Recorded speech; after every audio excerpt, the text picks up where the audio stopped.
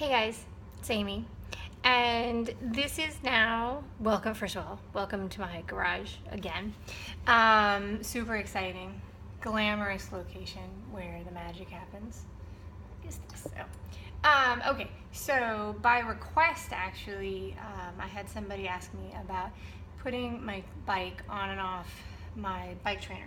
So I usually, to be honest, leave my road bike on the trainer and then do my road training on my triathlon bike, but because my triathlon bike needs repair, I've been taking it on and off, so I need to put my road bike back onto my trainer. This is my Wahoo Kickr here, so I thought I'd show you how I do it.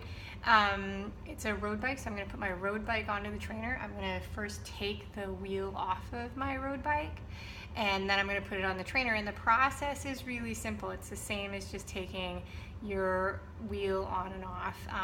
Excuse my ridiculous outfit because I am going to do a training session after this, so I'm just wearing bibs. I'm trying out these bibs that my friend gave me, and I do like to try out my new clothes on the trainer because if they're awful, I'm at home and I can do it, but it's hot in my garage, so I'm not wearing a bike jersey.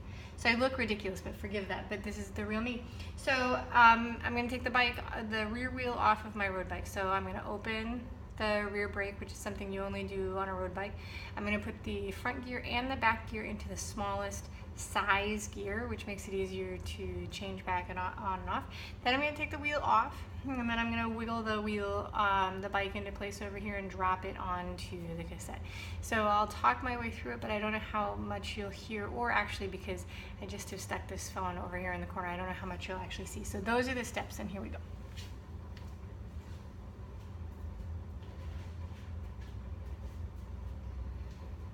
Okay, so on a road bike you can open the rear brake. It's a little lever in the back, so you just do that. And then you shift down into the smallest gear and pedal manually to bring the chain into the smallest spot. This just gives you more leverage. I don't know if leverage is the right term, but it gives you more slack in the chain, which makes it a little easier. Okay, so the Kickr is a trainer that uses no back wheel. So I'm going to open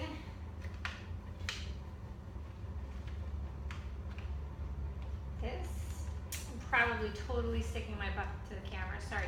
So you just loosen that up. Now here's a trick on a road bike. You can actually take the wheel off without actually touching the chain. This is something that's not really possible on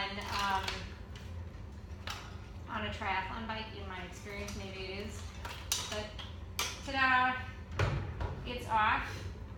If you're like me and you store your empty water bottles in your garage, you just lean them right up against there for storage. So no bike grease on my hands. Da-da-da-da. All right, and then you move it into place here on the Kickr. Trying hard not to smash your bike into various things. And you just drop it into place. Okay, so you slide that bottom part of the chain over, you press that little doohickey, whatever that's called, behind, I guess this, I don't know if that's part of, I don't know if that's part of the road derailleur or whatever, but road bikes have that little thing, and it should slide into the space that is made by your skewer. If not, you might have to loosen it. Trainer skewers go on super tight to keep them secure on your bike. In fact, the Wahoo Kickr directions say something like, you know, if it's not hard to put it on, it's in the wrong spot.